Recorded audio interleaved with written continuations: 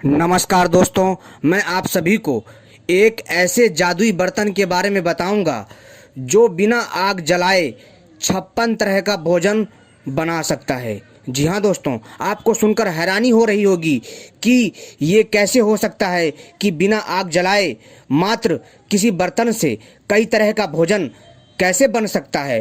तो दोस्तों, ऐसा होता था प्राचीन काल में। तो दोस्तों, आज हम आपको उसी जादुई बर्तन के बारे में बताएंगे और उस जादुई बर्तन का नाम बताएंगे और वह कैसे प्राप्त हुआ और किस प्रकार से इसका प्रयोग किया जाता था। आज हम आपको पूरी जानकारी देंगे और आपको इस वीडियो देखने के बाद कोई और वीडियो देखने की आवश्यकता नहीं पड़ेगी। जी हाँ दोस्तों, क्योंकि दोस्तों जिस जादुई बर्तन के बारे में मैं बताने जा रहा हूँ, जिसके द्वारा 56 प्रकार का खाना छोड़ो दोस्तों, सैकड़ों प्रकार का खाना बनाया जा सकता है बिना किसी आग जलाए, बिना किसी तरह का तेल मसाला का प्रयोग किए।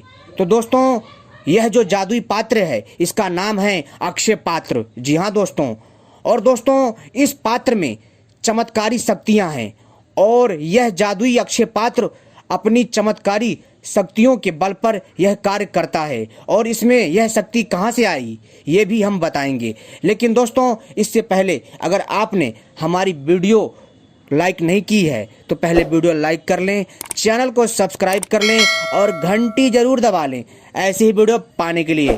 क्योंकि दोस्तों हम अपने चैनल के माध्यम से इसी तरह की रहस्यमय जानकारियाँ लाते रहते हैं, जैसे कि दोस्तों रहस्यमय पक्षी, रहस्यमय जड़ी बूटियाँ और तांत्रिक साधनाएं और आयुर्वेदिक औषधियाँ एवं ऐसी ही कई तरह की हैरान कर देने वाली रहस्यमय जानकारी लाते रहते हैं। तो दोस्तों, आप सभी से अनुरोध है कि आप सभी हमारी वीडियो को जो है लाइक करें, चैनल को सब्सक्राइब करें और घंटी जरूर दबाएं और इसे दूसरे के साथ भी शेयर करना ना भूलें। तो दोस्तों चलिए हम आपको बताते हैं इस जादुई बर्तन के बारे में जिसका नाम है अक्षय पात्र। जी हाँ दोस्तों अक्सर यह चमत्कारी अक्षय पात्र प्राचीन ऋषि मुनियों के पास हुआ करता था। अक्षय का अर्थ होता है जिसका कभी क्षय या नाश नहीं हो सकता। दरअसल एक ऐसा पात्र जिसमें से कभी भी अन्न और जल समाप्त नहीं होता है। जी हाँ दोस्तों, जब भी मनुष्य जो भी इच्छा करता है उसको सैकड़ों प्रकार का भोजन तत्काल प्राप्त हो जाता है। जब भी उसमें हाथ डालो तो खाने की मनचाही वस्तु निकाली जा सकती है, इसमें प्रकट हो जाती है। अक्षय पात्र संबंधित एक स्रोत भी है। जी हाँ दोस्तों, महाभारत में अक्षय पात्र संबंधित एक कथा है। जब पांचों पांडव द्रौपदी के साथ 12 वर्षों के लिए जंगल में रहने चले गए थे, तब उनकी मुलाकात कई तरह के साधु संतों से होती है। कुटिया बनाकर रहने के बाद उनके यहाँ भ्रमणशील साधु संतों के जत्थे उनसे मिलने के लिए या कुटिया में प्रवास करने के लिए आते जाते थे। अब पांडवों सहित द्रौपदी के समक्ष यही प्रश्न होता था कि वे 6 प्राणी अकेले भोजन कैसे करें और उन सैकड़ों हजारों के लिए भोजन कहाँ से लाएं। तो तब पुरोहित धौम में उन्हें सूर्य की 108 नामों के साथ उपासना आराधना करने के लिए कहते हैं। और तभी युधिष्ठिरों में से सबसे बड़े भाई युधिष्ठिर इन नामों का बड़ी आस्था के साथ जाप करते हैं। अंत में भगवान सूर्य प्रसन्न होकर युधिष्ठिर के पास प्रकट होकर पूछते हैं कि इस पूजा अर्चना का आशय क्या है। युधिष्ठिर कहते हैं कि हे प्रभु सूर्यदेव, मैं हजारों लोगों को भोजन कराने में असमर्थ हूँ। मैं आपसे अन्न की अपेक्षा रखता हूँ। किस युक्ति से हजारों लोगों को खिलाया जाए, ऐसा कोई साधन मांगता हूँ। तब सूर्यदेव एक तांबे का पात्र देकर उन्हें कहते हैं, युधिष्ठिर, तुम्हारी कामना पूर्ण हो। मैं 12 वर्ष तक तुम्हें अन्न प्रदान करूँगा। यह तांबे का बर्तन मैं तुम्हें देता हूँ। तुम्हारे पास फल फूल साग तथा कई प्रकार का भोजन आदि 4 प्रकार की भोजन सामग्रियाँ तब तक अक्षय रहेगी जब तक कि द्रौपदी परोसती रहेगी। तांबे का वह अक्षय पात्र लेकर युधिष्ठिर प्रसन्न हो जाते हैं और कथा के अनुसार द्रौपदी हजारों लोगों को परोसकर ही भोजन ग्रहण करती थी, यानी कि पहले हजारों लोगों को उस जादुई अक्षय पात्र से खाना खिलाती थी और लास्ट में अपना खुद खाती थी। तो दोस्तों उस समय की जो स्त्रियां थीं बहुत ही सौम्य स्वभाव की थीं, बहुत ही महान थीं, देवी जैसी थीं।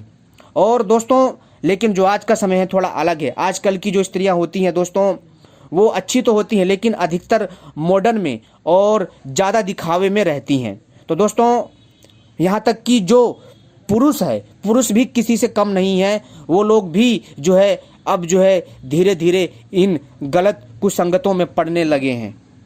तो दोस्तों ये तो खैर ये तो समझाने के लिए मैंने आपको बोला, लेकिन दोस्तों जो अक्षय पात्र है यह अपने आप में अद्भुत है। जब तक वह भोजन ग्रहण नहीं करती थी दोस्तों पात्र से भोजन समाप्त नहीं होता था।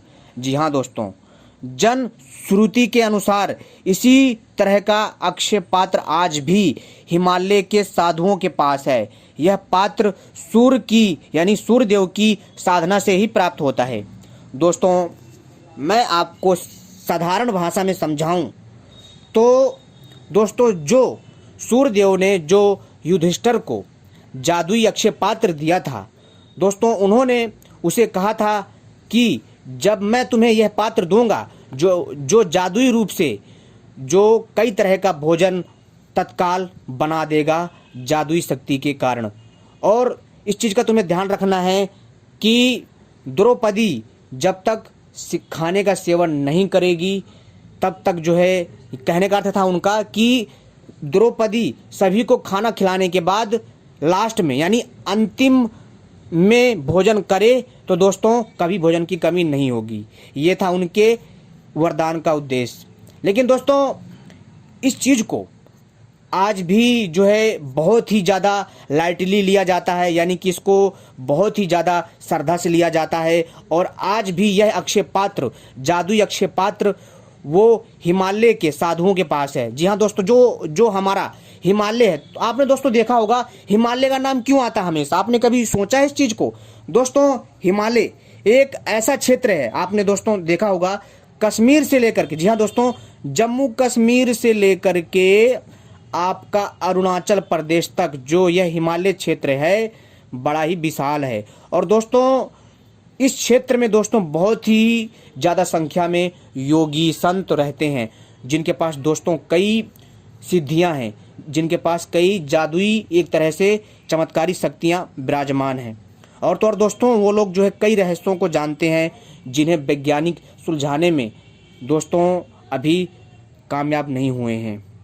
लेकिन दोस्तों आज भी हमारे समाज में ऐसी धारणा बनी है कि ये चीज़ें जो है लोग कपोल कल्पना समझते हैं। लेकिन दोस्तों एक समय था जब ऐसी ऐसी अद्भुत चीज़ें हुआ करती थीं और लोग जो है इनका प्रयोग किया करते थे। लेकिन दोस्तों आज इसके जानकार कम हैं और लोगों में वह प्राचीन विद्या प्राचीन तकनीक लुप्त होने के कारण आज इसका प्रादुर्भाव है। इसके जानकार कम होने के कारण इस चीज़ को कोई भी जो है सही से लाइटली नहीं लेता है और इस चीज़ को कई लोग जो है मजाक समझते हैं। तो दोस्तों ऐसे मूर्खों से तो कोई अपेक्षा नहीं है, लेकिन दोस्तों जो समझदार लोग हैं वो इस चीज़ की गहराई तक जाने का प्रयास करते हैं और जानने का प्रयास करते हैं कि वास्तव में ये चीज़ें होती थी।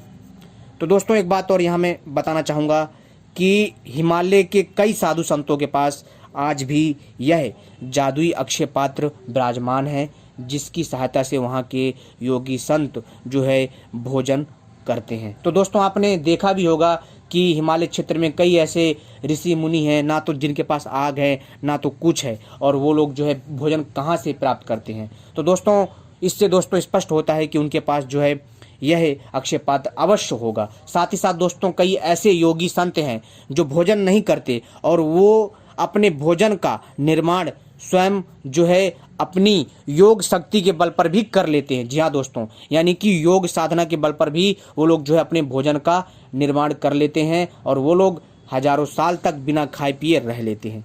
जी हाँ दोस्तों, और दोस्तों जो मैं आपको बातें बता रहा हूँ कई लोग जो विश्वास नहीं करेंगे, लेकिन दोस्तों यही सत्य है।